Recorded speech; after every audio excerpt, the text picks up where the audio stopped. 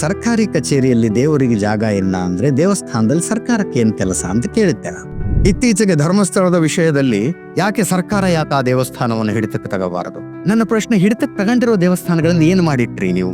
ಯಲಹಂಕದ ಹತ್ರ ಒಂದು ದೇವಸ್ಥಾನ, ಕೆಳದಿಯ ರಾಜರು ಉಂಬಳಿಯನ್ನ ಕೊಟ್ಟು ಸ್ಥಾಪಿಸಿದಂತಹ ದೇವಸ್ಥಾನ. 1700 ಎಕರೆ ಜಮೀನು ಕೊಟ್ಟಿದ್ರಂತೆ. 1700ರಲ್ಲಿ ಅರ್ಧ ಜಮೀನು ಇವತ್ತು ದೇವಸ್ಥಾನಕ್ಕಿದ್ದಿದ್ದರೆ ಆ ದೇವಸ್ಥಾನ ಎಷ್ಟು ಶಾಲೆಗಳನ್ನ ನಡೆಸ್ತಾ ಇತ್ತು, ಆ ದೇವಸ್ಥಾನದ ನೆರಳಿನಲ್ಲಿ ಎಷ್ಟು ಜನ ಊಟ ಮಾಡ್ತಾ ಇದ್ರು, ಎಂತೆಂಥ ಸಾಮಾಜಿಕ ಕಾರ್ಯಗಳು ಆ ದೇವಸ್ಥಾನದಿಂದ ಆಗಬಹುದಾಗಿತ್ತು. ಇವತ್ತು ಆ ದೇವಸ್ಥಾನಕ್ಕೆ ದೇವರ ಮುಂದೆ ಹಚ್ಚುವ ದೀಪದ ಎಣ್ಣೆ ಮತ್ತು ಬತ್ತಿಯನ್ನು ಸರ್ಕಾರದಿಂದ ಕೊಡಬೇಕು, ಯಾಕಂದ್ರೆ ಹುಟ್ಟದಿಲ್ಲ. ಇದರ ಬಗ್ಗೆ ವಾದ ಮಾಡ್ತಾ ಇದ್ರೆ ಧರ್ಮಸ್ಥಳವನ್ನು ಯಾವಾಗ ಗೌರ್ಮೆಂಟ್ಗೆ ತಗೋತಾರೆ ಅಂತ ಮಾತಾಡೋರು ಇದ್ದಾರೆ. ಚಾಮುಂಡೇಶ್ವರಿ ದೇವಿಗೆ ಮೈಸೂರು ಮಹಾರಾಜರು ಕೊಟ್ಟಂತಹ ಜಮೀನಿನಲ್ಲಿ ಎಷ್ಟು 100 ಎಕರೆ ಜಮೀನು ಮೂಡಾಗ್ ಹೋಗಿ ಮೂಡಾದಿಂದ ಸೈಟ್ಗಳಾಗಿ ರಾಜಕಾರಣಿಗಳ ಪರ್ಸನಲ್ ಖಾತೆಗೆ ಆ ಸೈಟ್ಗಳು ಹೋಗಿದ್ದಾವೆ. ನೀವು ದೇವಸ್ಥಾನದಲ್ಲಿ ಬರುವ ಹುಂಡಿಯ ಲೆಕ್ಕ ಕೇಳ್ತೀರಿ ಅನ್ನೋದಾದ್ರೆ ಈ ಸಮಾಜ 100 ಎಕರೆ ಜಮೀನಿನ ಲೆಕ್ಕ ಕೇಳೋದಕ್ಕೋ ಕೇಳಬಾರದು. ಸರ್ಕಾರಿ ಕಚೇರಿಗಳಲ್ಲಿ ಯಾಕೆ ದೇವರ ಪೂಜೆ ಆಗ್ಬೇಕು ಅಂತ ಚರ್ಚೆ ಆಗ್ತಾ ಇದೆ. ದೇವಸ್ಥಾನದಲ್ಲಿ ಯಾಕೆ ಸರ್ಕಾರ ಇರಬೇಕು ಅನ್ನೋದ್ರ ಬಗ್ಗೆನೂ ಸಮಾಜ ಯೋಚನೆ ಮಾಡಬೇಕು ಅಂತ. ಈ ಚರ್ಚೆಗಳು ಎಷ್ಟು ಚಿತ್ರ ವಿಚಿತ್ರ ದಿಕ್ಕನ್ನು ತೆಗೆದುಕೊಂಡಿದ್ದಾವೆ ಅನ್ನೋ ಫಸ್ಟ್ ಹ್ಯಾಂಡ್ ಇನ್ಫಾರ್ಮೇಶನ್ ಒಬ್ಬ ಪತ್ರಕರ್ತನಾಗಿ ನನಗಿರುತ್ತೆ. ಯಾಕಂದ್ರೆ ಮೊದಲಿಗೆ ಕಿವಿಗೆ ಬೀಳೋದು ಇಂಥ ವಾದಗಳೆಲ್ಲ ನನಗೆ. ಚೇತನ್ ಅಹಿಂಸಾ ಅನ್ನುವಂತಹ ಸಾಮಾಜಿಕ ಹೋರಾಟಗಾರರನ್ನ ಒಂದ್ಸಲ ನಾನು ಚರ್ಚೆಗೆ ಕರೆದಿದ್ದೇನೆ.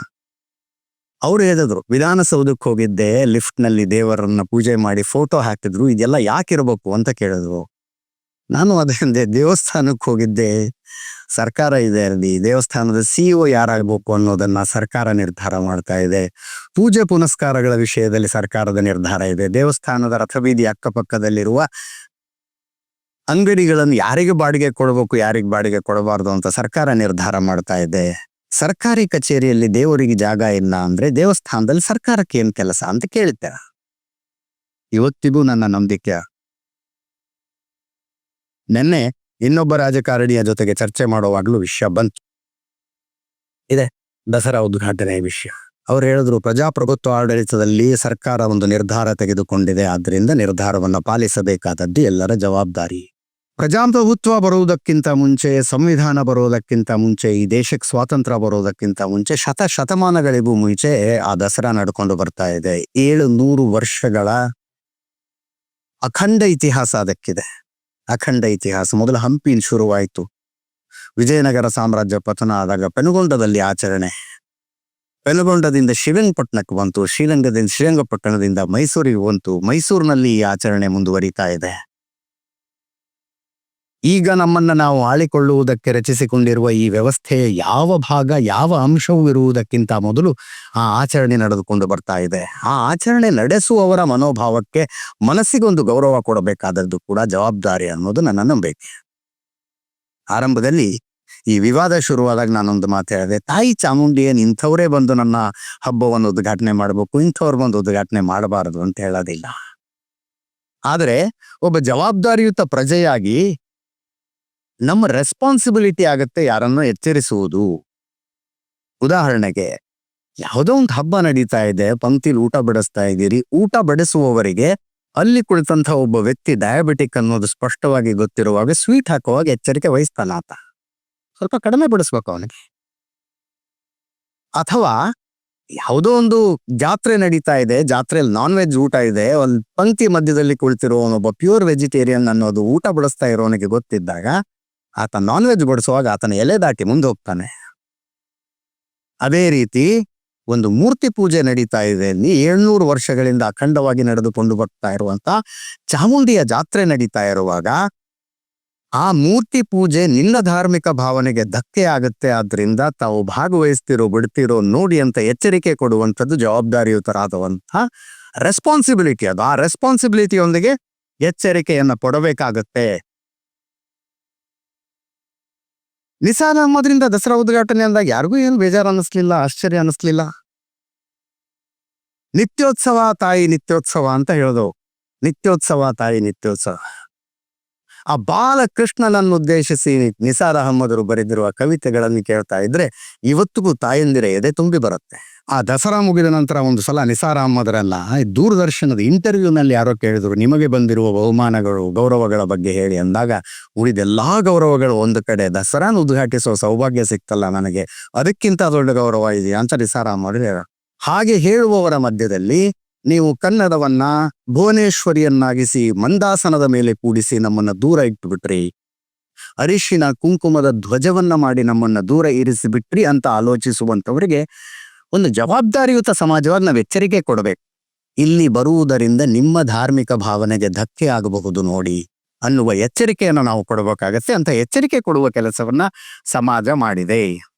2 ವರ್ಷಗಳ ಹಿಂದೆ ಮಾತನಾಡಿದ್ದಕ್ಕೂ ಈಗಿಕ್ಕೂ ಮನೋಭಾವದಲ್ಲಿ ಬದಲಾವಣೆ ಅಂದ್ರೆ ಯಾರು ಏನು ಮಾಡೋದಕ್ಕಾಗೋದಿಲ್ಲ. ಇಟ್ ಈಸ್ ವೆಲ್ಕಮ್, ಸ್ವಾಗತ ಇದೆ, ಅದಕ್ಕೆ ಸುಸ್ವಾಗತ.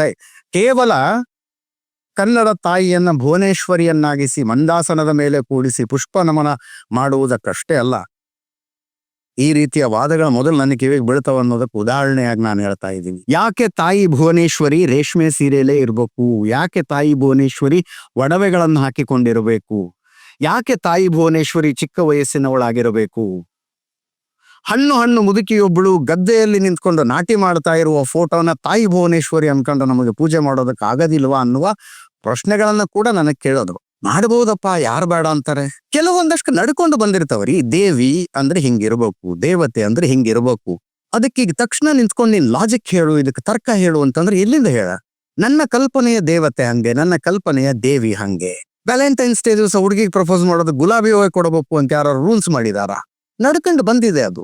ನೀವು ಪ್ರಶ್ನೆ ಮಾಡ್ತೀರಿ ಅನ್ನೋದಾದ್ರೆ ಒಂದ್ಸಲ ಚೆಂಡು ಕೊಟ್ಟು ನೋಡಿ. ನಡೆದುಕೊಂಡು ಬಂದಿರುವ ಎಲ್ಲವನ್ನೂ ಪ್ರತಿಯೊಂದನ್ನು ಈ ರೀತಿಯಾಗಿ ಪ್ರಶ್ನೆ ಮಾಡ್ಕೊಂಡು ವಾಕ್ ಸ್ವಾತಂತ್ರ್ಯದ ಹೆಸರಿನಲ್ಲಿ ಸಮಾಜ ಅಂಟಿಸಿಕೊಳ್ತಾ ಇರುವಂತಹ ಹೊಸ ವ್ಯಾಧಿ ಅಂತ ಅನ್ಸುತ್ತೆ. ವ್ಯಾಧಿಯ ರೂಪದಲ್ಲಿ ಆವರಿಸಿಕೊಳ್ತಾ ಇದೆ. ಇದರ ಉದ್ದೇಶ ಏನು? ನನಗೆ ಒಂದೊಂದ್ಸಲ ಅನ್ಸೋದು, ಹಿಂದಿನ ಕಾಲ ಇತ್ತು, ಲಿಖಿತವಾದ ನಿಯಮಗಳಿಲ್ಲ, ಕಾನೂನುಗಳಿಲ್ಲ, ಇದ್ರೂ ಅದನ್ನು ಪಾಲಿಸಬೇಕು ಅನ್ನೋದಿಲ್ಲ. ಎಲ್ಲಿಂದಲೋ ದಂಡೆತ್ಕೊಂಡು ಬರ್ತಿದ್ರು. ಗುಡಿ ಗುಂಡಾರಗಳ ಮೇಲೆ ದಾಳಿ, ಮೂರ್ತಿಯ ಭಂಜನೆ, ಕೈಗೆ ಸಿಕ್ಕಿದ್ದನ್ನು ದೋಚ್ಕೊಂಡು ಹೋಗು. ಇವತ್ತಿನ ಕಾಲದಲ್ಲಿ ಅದನ್ನು ಮಾಡೋದಕ್ಕೆ ಸಾಧ್ಯ ಇಲ್ಲ, ಫಿಸಿಕಲಿ ಮಾಡೋದಕ್ಕೆ ಸಾಧ್ಯ ಇಲ್ಲ. ಅದಕ್ಕೆ ನಮ್ಮ ಮನಸ್ಸಿನಲ್ಲಿರುವ ಮೂರ್ತಿಯನ್ನ ಭಂಜನೆ ಮಾಡುವ ಒಂದು ಪ್ರಯತ್ನ ನಡೀತಾ ಇದೆ ಅಂತ ನನಗೆ ಆಳವಾಗಿ ಅನ್ಸುತ್ತೆ.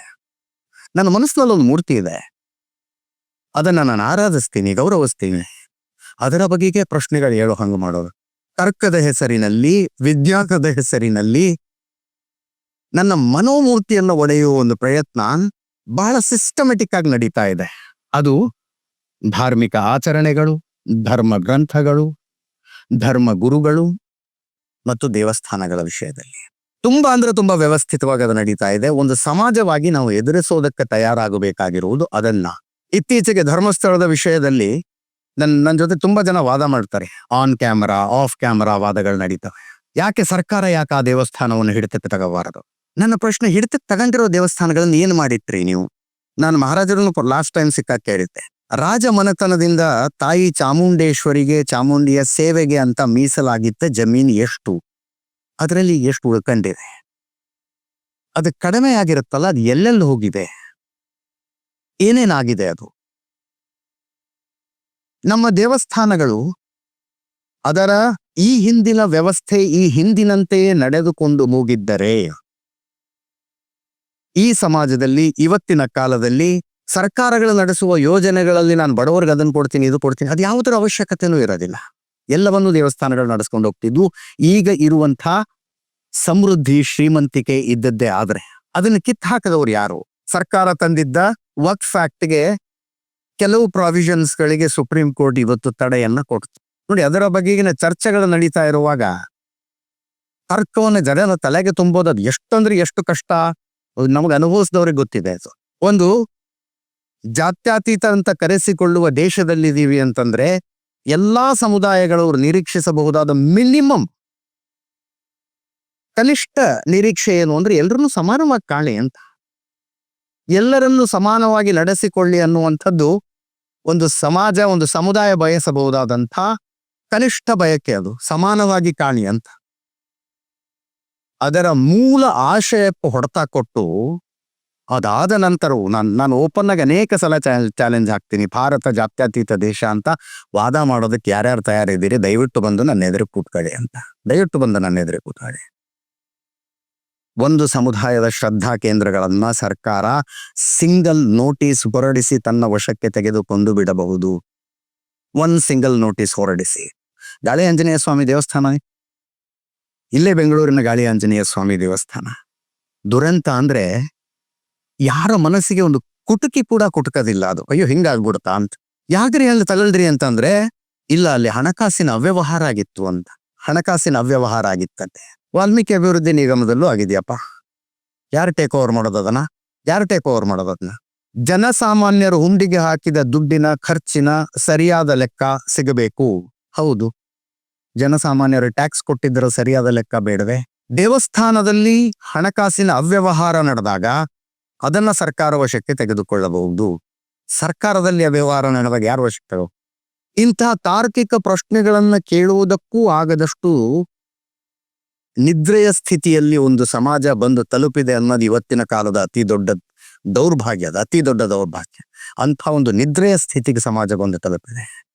ನಾನು ಮೊನ್ನೆ ಉಡುಪಿಲಿದ್ದೆ, ಅಲ್ಲಿ ಮಾತಾಡುವಾಗ್ಲೂ ಹೇಳಿದೆ, ಯಾವ ಆಚರಣೆಗಳನ್ನ ಸಂಪ್ರದಾಯಗಳನ್ನ ನಾವು ನೋಡ್ತೀವಿ, ಅದರಲ್ಲಿ ಭಾಗಿಯಾಗ್ತೀವಿ, ದೂರದಲ್ಲಿ ನಿಂತ್ಕೊಂಡು ಕೈ ಮುಗಿತೀವಲ್ಲ, ಆಚರಣೆ ಸಂಪ್ರದಾಯಗಳು ಇಷ್ಟು ವರ್ಷ ನಡ್ಕೊಂಡು ಬರಬೇಕು ಅನ್ನೋ ಕಾರಣಕ್ಕೆ ಈ ದೇಶದಲ್ಲಿ ಬಲಿದಾನಗಳಾಗಿದ್ದಾವೆ. ಆ ಬಲಿದಾನಗಳ ಸ್ವರೂಪವಾಗಿ ಇವತ್ತು ನಾವು ದಸರಾ ಮಾಡ್ತೀವಿ, ಗಣೇಶ ಚತುರ್ಥಿ ಮಾಡ್ತೀವಿ, ದೀಪಾವಳಿ ಮಾಡ್ತೀವಿ. ಶತಮಾನಗಳ ಬಲಿದಾನ ಇದೆ ಅದರ ಹಿಂದೆ. ಸುಮ್ಮನೆ ಬಂದಿರುವ ಸೌಲಭ್ಯ ಅಲ್ಲ ಅದು, ಸುಮ್ಮನೆ ಬಂದಿರುವ ಸೌಭಾಗ್ಯ ಅಲ್ಲ ಅದು. ಅಂಥದ್ದರ ಮಹತ್ವವನ್ನ ಯಾಕೆ ನಾವು ನಮ್ಮ ಈಗಿನ ಪೀಳಿಗೆ ಅರ್ಥ ಮಾಡ್ಕೊಳ್ತಾ ಇಲ್ಲ ಅನ್ನೋದು ನನಗೆ ಬಹಳ ಆಶ್ಚರ್ಯ ಆಗುತ್ತೆ. ಯಾವುದೋ ಒಂದು ದೇವಸ್ಥಾನ, ಯಾವುದೋ ಒಂದು ಧಾರ್ಮಿಕ ವಿಧಿವಿಧಾನಗಳ ಬಗ್ಗೆ ಬ್ಲೇಟೆಂಟ್ ಆಗಿ ದಾಳಿಗಳು ನಡೀತಾ ಇರುವಾಗ ನಾವು ಥರ್ಡ್ ಪಾರ್ಟಿ, ನಮಗ ಅದಕ್ಕೂ ಸಂಬಂಧ ಇಲ್ಲ ಅನ್ನುವ ರೀತಿಯಲ್ಲಿ ದೂರ ನಿಂತ್ಕೊಂಡು ಅವುಗಳನ್ನು ನೋಡ್ತಾ ಇರುತ್ತೆ. ನಮ್ಮ ಸ್ಪಷ್ಟವಾದ ಅಭಿಪ್ರಾಯವನ್ನ ವ್ಯಕ್ತಪಡಿಸೋದಿಲ್ಲ. ವಾರಕ್ಕೆ 1 ಗಂಟೆ ನಮ್ಮ ಸಮಯವನ್ನು ಅದಕ್ಕಾಗಿ ಮೀಸಲಾಗಿಟ್ಟು ನಮ್ಮ ಪ್ರತಿಭಟನೆಯನ್ನ ನಾವು ರಿಜಿಸ್ಟರ್ ಮಾಡೋದಿಲ್ಲ. ಇಂಥ ನಿದ್ರಾಸ್ಥಿತಿಗೆ ನಮ್ಮ ಸಮಾಜ ಬಂದು ತಲುಪಿದೆ. ಬಹಳ ಬೇಜಾರನಲ್ಲ ನಾನೊಂದು ಮಾತು ಹೇಳಿದೆ. ಆವತ್ತು ದಾಳಿಕೋರರ ಎದುರು ಗಟ್ಟಿಯಾಗಿ ನಿಂತ್ಕೊಂಡು ಆಯುಧಗಳನ್ನು ಹಿಡ್ಕೊಂಡು ಬಡಿದಾಡಿ ಈ ಸಂಪ್ರದಾಯಗಳನ್ನ ರಕ್ಷಿಸಿದವರಿಗೆ ಮುಂದೊಂದು ದಿವಸ ಇಂಥದ್ದೊಂದು ಪೀಳಿಗೆ ಬರುತ್ತೆ ಅನ್ನೋದೇನಾದ್ರು ಕನಸು ಮನಸ್ಸಿನಲ್ಲಿ ಗೊತ್ತಿದ್ದಿದ್ರು ಅವರ ಹೋರಾಟ ಮಾಡ್ತಿರ್ಲಿಲ್ಲ. ಸುಮ್ಮನೆ ಪಂಚೆ ಎತ್ಕೊಂಡು ತಲೆ ಒಂದು ಕಟ್ ಮಾಡಬೇಡಿ, ಉಳಿದಿದ್ದೇನಾದ್ರು ಮಾಡ್ಕೊಳ್ಳಿ ಹಿಂಗಿದ್ಕೊಂಡ್ಬಿಡ್ತೇವೆ. ಕಷ್ಟ ಕಾರ್ಪಣ್ಯಗಳು ಆ ತಲೆಮಾರಿಗಿದ್ವಲ್ಲ, ಆ ಕಷ್ಟ ಕಾರ್ಪಣ್ಯಗಳ ಮಧ್ಯೆಯೂ ತನ್ನ ಮೂಲ ಧಾರ್ಮಿಕ ನಂಬಿಕೆಯನ್ನ ಬಿಟ್ಟು ಕೊಡೋದಿಲ್ಲ ಅಂತ ತಲೆಮಾರು ನಿಂತುಕೊಂಡ ಕಾರಣಕ್ಕಾಗಲ್ವಾ ಇವತ್ತು ಮೈಸೂರಿನಲ್ಲಿ ದಸರಾ ಆಗೋದು, ಚಿತ್ರದುರ್ಗದಲ್ಲಿ ಗಣೇಶ ಚತುರ್ಥಿ ಆಗೋದು, ನಾಡಿನಾದ್ಯಂತ ದೀಪಾವಳಿ ಸಂಭ್ರಮದಿಂದ ಆಚರಣೆ ಆಗೋದು ಆ ಕಾರಣಕ್ಕಲ್ವಾ? ಶ್ರವಣಬೆಳಗೊಳದಲ್ಲಿ ಗೊಮ್ಮಟೇಶ್ವರ ಇನ್ನೂ ತನಕ ಅಷ್ಟು 57 ಅಡಿ ಎತ್ತರ ಗೊಮ್ಮಟೇಶ್ವರ ನಿಂತ್ಕೊಂಡಿದ್ದಾನೆ ಅಂದ್ರೆ ಅದಕ್ಕೆ ಶಿವಾಜಿ ಕೊಡುಗೆ ಇಲ್ವಾ? ಅಲ್ಲೊಬ್ಬ ಶಿವಾಜಿ ಇಲ್ಲದೆ ಹೋಗಿದ್ರೆ ಶ್ರವಣಬೆಳಗೊಳದಲ್ಲಿ ಗೊಮ್ಮಟೇಶ್ವರ ಇರೋದಕ್ಕೆ ಸಾಧ್ಯ ಇತ್ತಂದ್ರೆ ವೇಣೂರಿನಲ್ಲಿ ಗೊಮ್ಮಟೇಶ್ವರ ಇರೋದಕ್ಕೆ ಸಾಧ್ಯನಾ? ಹೊಡಿತೀನಿ ಅಂತ ಜಾತಿಗಳನ್ನ ಧರ್ಮಗಳನ್ನ ಇನ್ನೂ ಎಷ್ಟು ವಿಷ ತುಂಬಿ ಹೊಡೆಯುವ ಪ್ರಯತ್ನ. ಇದನ್ನ ಸಮಾಜದಲ್ಲಿ ಯಾಕೆ ಸಹಿಸಿಕೊಳ್ಬೇಕು ಅನ್ನೋದು ನನ್ನ ಪ್ರಶ್ನೆ.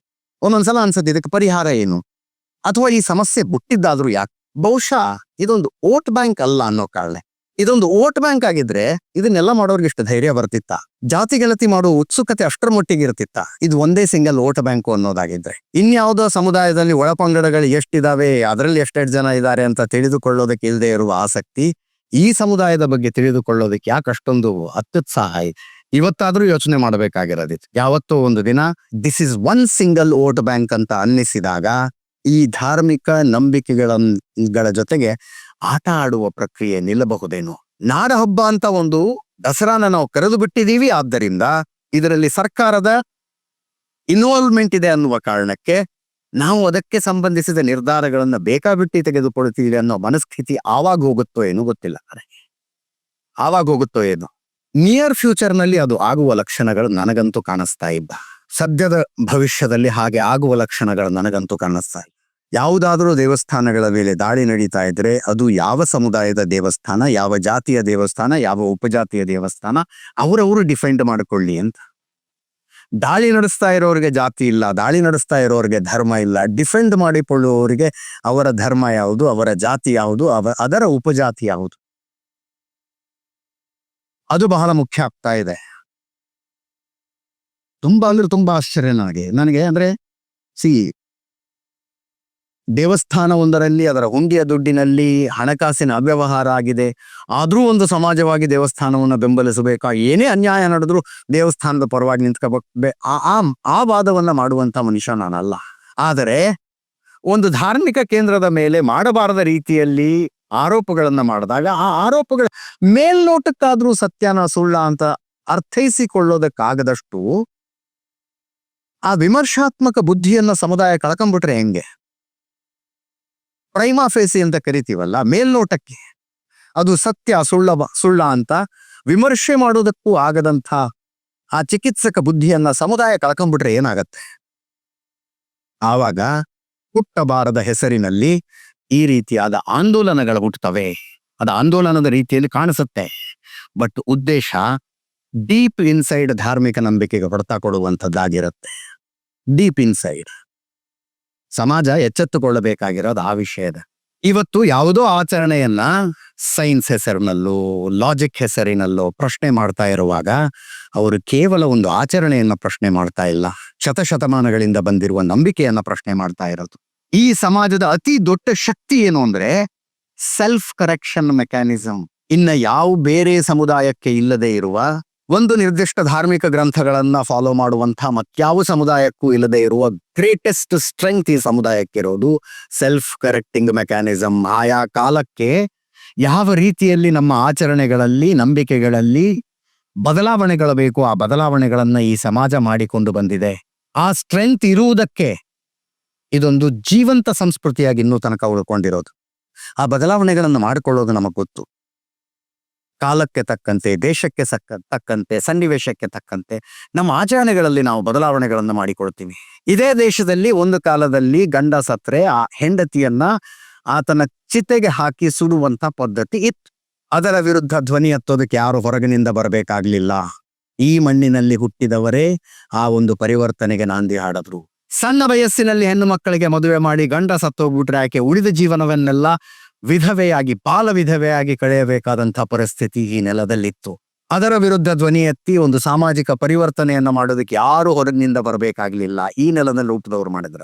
ಯಾವುದೋ ಒಂದು ಜಾತಿಯಲ್ಲಿ ಹುಟ್ಟಿದ್ದಾರೆ ಅನ್ನುವ ಕಾರಣಕ್ಕೆ ಅವರು ಮುಟ್ಟಿಸಿಕೊಳ್ಳಬಾರದಂಥವ್ರು, ಅವರ ನೆರಳು ನಮ್ಮ ಮೇಲೆ ಬೀಳಬಾರದು, ಅವರು ನಮ್ಮ ಮನೆಯ ಒಳಗೆ ಬರಬಾರದು ಅನ್ನುವಂತಹ ಪರಿಸ್ಥಿತಿ ಈ ನೆಲದಲ್ಲಿತ್ತು. ಅದನ್ನ ವಿರೋಧಿಸಿ ಪತಿತ ಪಾವನ ಮಂದಿರ ಅಂತ ಮಾಡಿ ಬನ್ನಿ ಒಟ್ಟಿಗೆ ಕುಟ್ಕೊಂಡು ಪಂಕ್ತಿ ಭೋಜನ ಮಾಡೋಣ ಅಂದವರು ಈ ನೆಲದಲ್ಲಿ ಹುಟ್ಟಿದವರು. ಅದನ್ನು ಕಲಿಸೋದಕ್ಕೆ ಬೇರೆ ಯಾರು ಹೊರಗಿನಿಂದ ಬರಬೇಕಾಗಲಿಲ್ಲ. ಸಣ್ಣ ಹಳ್ಳಿಯಲ್ಲಿ ಒಂದು ಶಾಲೆಯನ್ನ ಸ್ಥಾಪಿಸಿದಂಥ ಸೋ ಕಾಲ್ಡ್ ಮೇಲ್ವರ್ಗದ ಒಬ್ಬ ಮನುಷ್ಯ, ಆತನ ಸಮಾಧಿಯ ಮೇಲೆ ಇವತ್ತಿಗೂ ಬರಹ ಇದೆ. ನನ್ನ ಶಾಲೆಯಲ್ಲಿ ಓದಿದ ದಲಿತರ ಹುಡುಗನೊಬ್ಬ ದೊಡ್ಡ ಅಧಿಕಾರಿಯಾಗಿ ಕಾರ್ ಹತ್ಕೊಂಡು ಬಂದ್ರೆ ಆತನ ಕಾರಿನಿಂದ ಏಳುವ ಧೂಳು ನನ್ನ ಸಮಾಧಿಗೆ ಬಡದ್ರೆ ನನ್ನ ಜೀವನ ಪಾವನ ಆಗುತ್ತೆ ಅಂತ ಹೇಳಿದವರು ಈ ನೆಲದಲ್ಲಿ ಹುಟ್ಟಿದವರು. ಅದನ್ನ ಸೆಲ್ಫ್ ಕರೆಕ್ಟಿಂಗ್ ಮೆಕ್ಯಾನಿಸಮ್ ಅಂತ ಕರಿತೀವಿ ನಾವು. ಎಲ್ಲೋ ಯುರೋಪಿನಲ್ಲಿ ತಯಾರಾದಂತಹ ಮಾನದಂಡಗಳನ್ನ ಇಟ್ಕೊಂಡು ನಮ್ಮ ಆಚರಣೆಗಳನ್ನ ಅಳಿಯೋದಕ್ಕೆ ಬರಬೇಡಿ ಅಂತ ಹೇಳುವ ಬುದ್ಧಿ ಈ ಸಮಾಜದಲ್ಲಿ ಹೋಲ್ಸೇಲ್ ಆಗಿ ಬರಬೇಕಾಗಿದೆ. ಅಲ್ಲಲ್ಲಿ ಕಾಣಿಸುತ್ತದು. ಯುರೋಪಿಯನ್ ಮಾನದಂಡಗಳಿದಾವೆ, ಆ ಮಾನದಂಡಗಳನ್ನ ಅಂತಿಮ ಅಂತ ಅನ್ಕೊಂಡಿದ್ದೀರಿ ನೀವು. ಜಾತ್ಯತೀತ ಅನ್ನುವುದಕ್ಕೆ ಅವರು ಕೊಟ್ಟಿರುವ ಡೆಫಿನಿಷನ್ ಅನ್ನ ಅಂತಿಮ ಅಂತ ಅನ್ಕೊಂಡು ಅದರಲ್ಲಿ ನಮ್ಮ ಆಚರಣೆಗಳನ್ನು ಫಿಟ್ ಮಾಡುವ ಪ್ರಯತ್ನ ನಡೆದಾಗ ಇದೊಂದು ಷಡ್ಯಂತ್ರ, ದುಷ್ಕೃತ್ಯ ಅನ್ನೋದು ಅರ್ಥ ಆಗಬೇಕು ಸಮಾಜ. ಹಾಗೆ ಅರ್ಥ ಆದಾಗ ಅದೊಂದು ಜಾಗೃತ ಸಮಾಜ ಆಗುತ್ತೆ. ಆ ಸಮಾಜದ ಜೊತೆಗೆ, ಆ ಸಮಾಜದ ಆಚರಣೆಗಳ ಜೊತೆಗೆ ಕಿಲವಾಡು ಮಾಡೋದಕ್ಕೆ ಹೆಂಗ್ ಬೇಕೋ ಹಂಗ ಆಟ ಆಡೋದಕ್ಕೆ ಬೇರೆಯವ್ರಿಗೆ ಧೈರ್ಯ ಬರೋದಿಲ್ಲ. ಅಂಥದ್ದೊಂದು ಜಾಗೃತ ಸಮಾಜ ನಿರ್ಮಾಣವಾಗಬೇಕಾದಂಥ ಅತ್ಯವಶ್ಯಕತೆ ಈಗಿರೋದು. ಇದನ್ನ ಒಂದು ಸಣ್ಣ ಪ್ರಮಾಣದಲ್ಲಿ ಮಾಡುವುದಕ್ಕಾದ್ರೂ ಇರುವ ಮಾರ್ಗ ಯಾವುದು? ಅದನ್ನ ನಾನು ಆರಂಭಿಸಿದ್ದೀನಿ, ನನ್ನ ಸುತ್ತಲಿನ ಜನರಿಗೆ ಹೇಳ್ತಾ ಇದ್ದೀನಿ, ನನ್ನ ಕುಟುಂಬ ಅದನ್ನ ಮಾಡ್ತಾ ಇದೆ. ನನ್ನ ಮನೆಗೆ ಹತ್ತಿರದಲ್ಲಿ ಯಾವುದು ದೇವಸ್ಥಾನ ಇದೆಯೋ ಆ ದೇವಸ್ಥಾನ, ನಾನು ನಡೆದುಕೊಳ್ಳುವ ದೇವಸ್ಥಾನ, ಅಲ್ಲಿ ವಾರಕ್ಕೊಂದ್ಸಲನಾದ್ರೂ ನಾನು ಭೇಟಿ ಕೊಡ್ತೀನಿ, ಅಲ್ಲಿ ನಡೆಯುವ ಆಚರಣೆಗಳಲ್ಲಿ ಪಾಲ್ಗೊಳ್ತೀನಿ. ಯಥಾಶಕ್ತಿ ನಾನು ಆ ಆಚರಣೆಗಳಿಗೆ ನನ್ನ ಕಾಂಟ್ರಿಬ್ಯೂಷನ್ ಕೊಡ್ತೀನಿ. ಆ ದೈವಕ್ಕೆ, ಆ ದೇವತೆಗೆ ನಡೆದುಕೊಳ್ಳುವುದನ್ನ 5-5.5 ವರ್ಷದ ನನ್ನ ಮಕ್ಕಳಿಗೆ ಹೇಳ್ಕೊಡ್ತೀನಿ. ಆ ದೇವಸ್ಥಾನದ ವಿಷಯದಲ್ಲಿ, ದೇವಸ್ಥಾನದ ಭೂಮಿಯ ವಿಷಯದಲ್ಲಿ ಏನಾದ್ರು ಹೆಚ್ಚು ಕಡಿಮೆ ಆದ್ರೆ ನಾನು ನನ್ನ ಪೊಸಿಷನ್ ಅನ್ನ ಬಳಸಿಕೊಂಡು ಅದನ್ನ ಡಿಫೆಂಡ್ ಮಾಡೋದಕ್ಕೆ ಟ್ರೈ ಮಾಡ್ತೀನಿ. ಅಷ್ಟನ್ನ ಜಾಗೃತ ಸಮಾಜದಲ್ಲಿರುವ ಪ್ರತಿಯೊಬ್ಬರು ಮಾಡೋದಕ್ಕೆ ಶುರು ಮಾಡಿದ್ರೆ 2-3 ವರ್ಷಗಳಲ್ಲಿ ಆ ಪರಿವರ್ತನೆಯನ್ನ ನಾವು ನೋಡಬಹುದು. 2-3 ವರ್ಷಗಳ ಕನಿಷ್ಠ ಪಕ್ಷ ಅದನ್ನು ಕೂಡ ನಿರೀಕ್ಷೆ ಮಾಡೋದಕ್ಕಾಗದಿಲ್ವಾ? ಕನಿಷ್ಠ ಪಕ್ಷ ಅದನ್ನು ಕೂಡ ಅಷ್ಟನ್ನ ಖಂಡಿತವಾಗಿಯೂ ನಾವು ಮಾಡಬಹುದು. ನಮ್ಮ ರಿಪೋರ್ಟರ್ಸ್ ಅಲ್ಲಿ ಈ ಬೀಟ್ಗಳಿರ್ತವೆ. ಅದರಲ್ಲಿ ಮುಜರಾಯಿ ಬೀಟ್ ಅನ್ನೋದು ಒಂದು. ಮುಜರಾಯಿಗೆ ಸಂಬಂಧಿಸಿದ ಎಲ್ಲಾ ವರದಿಗಳನ್ನು ಮಾಡೋದಕ್ಕೆ ಒಬ್ಬ ಡೆಡಿಕೇಟೆಡ್ ಆದ ರಿಪೋರ್ಟರ್ ಇರ್ತಾರೆ. ನಾ ಮೊನ್ನೆ ಆ ರಿಪೋರ್ಟರ್ನ ಕರೆದು ಹೇಳ್ತಾ ಇದ್ದೆ, ಬೆಂಗಳೂರಿನಲ್ಲಿನ ಮುಜರಾಯಿ ದೇವಸ್ಥಾನಗಳ ಪಟ್ಟಿ. ಆ ದೇವಸ್ಥಾನಗಳ ಹಿಂದೆ ಎಷ್ಟೆಷ್ಟು ಆಸ್ತಿ ಇತ್ತು. ಈಗ ಆಸ್ತಿಗಳ ಮೇಲೆ ಯಾರ್ಯಾರಿದ್ದಾರೆ, ಯಾರ್ಯಾರ ಹಿಡಿತದಲ್ಲಿ ಆ ಆಸ್ತಿಗಳಿದ್ದಾವೆ. ಆ ಆಸ್ತಿಗಳನ್ನ ವಾಪಸ್ ತಗೊಂಡು ಅದರ ಆದಾಯ ದೇವಸ್ಥಾನಕ್ಕೆ ಬರುವಂತೆ ಮಾಡೋದಕ್ಕೆ ಏನಾದ್ರೂ ಮೆಕ್ಯಾನಿಸಮ್ ಅನ್ನ ಸರ್ಕಾರ ಮಾಡಿದ್ಯಾ, ಮಾಡುವ ಆಲೋಚನೆ ಇದೆಯಾ? ವಿವರವಾದ ವರದಿಯೊಂದನ್ನು ಕೊಡುವಂತ ಹೇಳ್ತಾ ಇದ್ದೇನೆ. ವಿವರವಾದ ವರದಿಯೊಂದನ್ನು ಎ ಗ್ರೇಡ್ ದೇವಸ್ಥಾನ ಅಂತೆ, ಬಿ ಗ್ರೇಡ್ ದೇವಸ್ಥಾನ ಅಂತೆ, ಸಿ ಗ್ರೇಡ್ ದೇವಸ್ಥಾನ ಅಂತೆ. ರಾಜಕಾರಣಿಗಳು ಕೂತ್ಕೊಂಡು ವಾದ ಮಾಡೋದು ನೋಡಿದ್ರೆ ನನಗೆ ಆಶ್ಚರ್ಯ ಆಗುತ್ತೆ. ಸಿ ಗ್ರೇಡ್ ದೇವಸ್ಥಾನದಲ್ಲಿ ಎಣ್ಣೆ ಬತ್ತಿಗೂ ಕೂಡ ದುಡ್ಡಿರೋದಿಲ್ಲ, ಸರ್ಕಾರದಿಂದಲೇ ಕೊಡಬೇಕಾಗತ್ತೆ. ಯಲಹಂಕದ ಹತ್ರ ಒಂದು ದೇವಸ್ಥಾನದ ವಿಷಯ, ತುಂಬಾ ಹಿರಿಯರಾದಂಥವ್ರು ಒಂದಷ್ಟು ಡಾಕ್ಯುಮೆಂಟ್ಗಳನ್ನ ತಗೊಂಡು ಬಂದು, ಕೆಳದಿಯ ರಾಜರು ಉಂಬಳಿಯನ್ನ ಕೊಟ್ಟು ಸ್ಥಾಪಿಸಿದಂತಹ ದೇವಸ್ಥಾನ 1700 ಎಕರೆ ಜಮೀನು ಕೊಟ್ಟಿದ್ರಂತದ. 1700 ಎಕರೆ. ಇವತ್ತು ಸರ್ಕಾರದ ಲೆಕ್ಕದಲ್ಲಿ ಸಿ ಗ್ರೇಡ್ ದೇವಸ್ಥಾನ. ಯಲಹಂಕದ ಸುತ್ತಲೂ 1700 ಎಕರೆ ಜಮೀನು ಅಂದ್ರೆ ಇವತ್ತು ಅದರ ಅರ್ಧ ಜಮೀನು ದೇವಸ್ಥಾನಕ್ಕಿದ್ದಿದ್ರು ಆ ದೇವಸ್ಥಾನ ಹೆಂಗ ನಡೀತಾ ಇತ್ತು. ಅದರ ಅರ್ಧ ಜಮೀನು ಇವತ್ತು ಇನ್ನರ್ಧ ಯಾವ್ಯಾವನು ತಿನ್ಕೊಂಡು ಹೋಗ್ಬೋತಾ ಅಂತ ಅನ್ಕೊಳ್ಳೋಣಪ್ಪ, ಮಾಫಿ ಅದು. 1700ರಲ್ಲಿ ಅರ್ಧ ಜಮೀನು ಇವತ್ತು ದೇವಸ್ಥಾನಕ್ಕಿದ್ದಿದ್ದರೆ ಆ ದೇವಸ್ಥಾನ ಎಷ್ಟು ಶಾಲೆಗಳನ್ನ ನಡೆಸ್ತಾ ಇತ್ತು, ಎಷ್ಟು ದೇವಸ್ಥಾನಗಳನ್ನ ನಡೆಸ್ತಾ ಇತ್ತು. ಆ ದೇವಸ್ಥಾನದ ನೆರಳಿನಲ್ಲಿ ಎಷ್ಟು ಜನ ಊಟ ಮಾಡ್ತಾ ಇದ್ರು, ಎಂತೆಂಥ ಸಾಮಾಜಿಕ ಕಾರ್ಯಗಳು ಆ ದೇವಸ್ಥಾನದಿಂದ ಆಗಬಹುದಾಗಿತ್ತು. ಇವತ್ತು ಆ ದೇವಸ್ಥಾನಕ್ಕೆ ದೇವರ ಮುಂದೆ ಹಚ್ಚುವ ದೀಪದ ಎಣ್ಣೆ ಮತ್ತು ಬತ್ತಿಯನ್ನು ಸರ್ಕಾರದಿಂದ ಕೊಡಬೇಕು. ಯಾಕಂದ್ರೆ ಹುಟ್ಟೋದಿಲ್ಲ ಅಲ್ಲಿ, ದಕ್ಷಿಣೆ ಬರೋದಿಲ್ಲ ಅಂತ. ಇದರ ಬಗ್ಗೆ ವಾದ ಮಾಡ್ತಾ ಇದ್ರೆ ಧರ್ಮಸ್ಥಳ ಯಾವಾಗ ಗೌರ್ಮೆಂಟಿಗೆ ತಗೋತಾರೆ ಅಂತ ಮಾತಾಡೋರು ಇದ್ದಾರೆ. ಧರ್ಮಸ್ಥಳ ದೇವಸ್ಥಾನ ಯಾಕೆ ಗೌರ್ಮೆಂಟಿಗೆ ತಗೊಳ್ಳೋದಿಲ್ಲ? ಚಾಮುಂಡೇಶ್ವರಿ ದೇವಿಗೆ ಮೈಸೂರು ಮಹಾರಾಜರು ಕೊಟ್ಟಂತಹ ಜಮೀನಿನಲ್ಲಿ ಎಷ್ಟು ಜಮೀನು, ಎಷ್ಟು 100 ಎಕರೆ ಜಮೀನು ಮುಡಾಗ್ ಹೋಗಿ ಮುಡಾದಿಂದ ಸೈಟ್ಗಳಾಗಿ ರಾಜಕಾರಣಿಗಳ ಪರ್ಸನಲ್ ಖಾತೆಗೆ ಆ ಸೈಟ್ಗಳು ಹೋಗಿದ್ದಾವೆ. ಲೆಕ್ಕ ಇದೆಯಾ? ಮುಡಾ ಹಗರಣದ ಬಗ್ಗೆ ಓದೋದ್ವಲ್ಲ ಒಂದಷ್ಟು ದಿವಸ, ನೋಡೋದ್ವಲ್ಲ ಒಂದಷ್ಟು ದಿವಸ. 100 ಎಕರೆ ಜಮೀನನ್ನ ತಾಯಿ ಚಾಮುಂಡೇಶ್ವರಿಯ ಸೇವೆಗಾಗಿ ಅಂತ ಒಡೆಯರು ಮೀಸಲಾಗಿಟ್ಟು ಅದರಿಂದ ಬಂದ ಆದಾಯ ಎಲ್ಲವೂ ದೇವಸ್ಥಾನಕ್ಕೆ ಹೋಗಬೇಕು ಅಂತ ಮಾಡಿಟ್ಟಿರ್ಲಿಲ್ವಾ? ನೀವು ದೇವಸ್ಥಾನದಲ್ಲಿ ಬರುವ ಹುಂಡಿಯ ಲೆಕ್ಕ ಕೇಳ್ತೀರಿ ಅನ್ನೋದಾದ್ರೆ ಈ ಸಮಾಜ 100 ಎಕರೆ ಜಮೀನಿನ ಲೆಕ್ಕ ಕೇಳಬೇಕೋ ಕೇಳಬಾರದು? ಆ ಜಾಗೃತಿ ಯಾವತ್ತು ಬರುತ್ತೋ ಆವತ್ತು ಧರ್ಮ ಮತ್ತು ದೇಶ ಎರಡೂ ಇನ್ನಷ್ಟು ಗಟ್ಟಿ ಆಗ್ತದೆ. ಅಂಥದ್ದೊಂದು ಕಾಲ ಆದಷ್ಟು ಬೇಗ ಬರಲಿ ಅಂತ ಹೇಳ್ತಾ ನನ್ನ 4 ಮಾತುಗಳನ್ನು ಮುಗಿಸ್ತೇನೆ. ಇದನ್ನು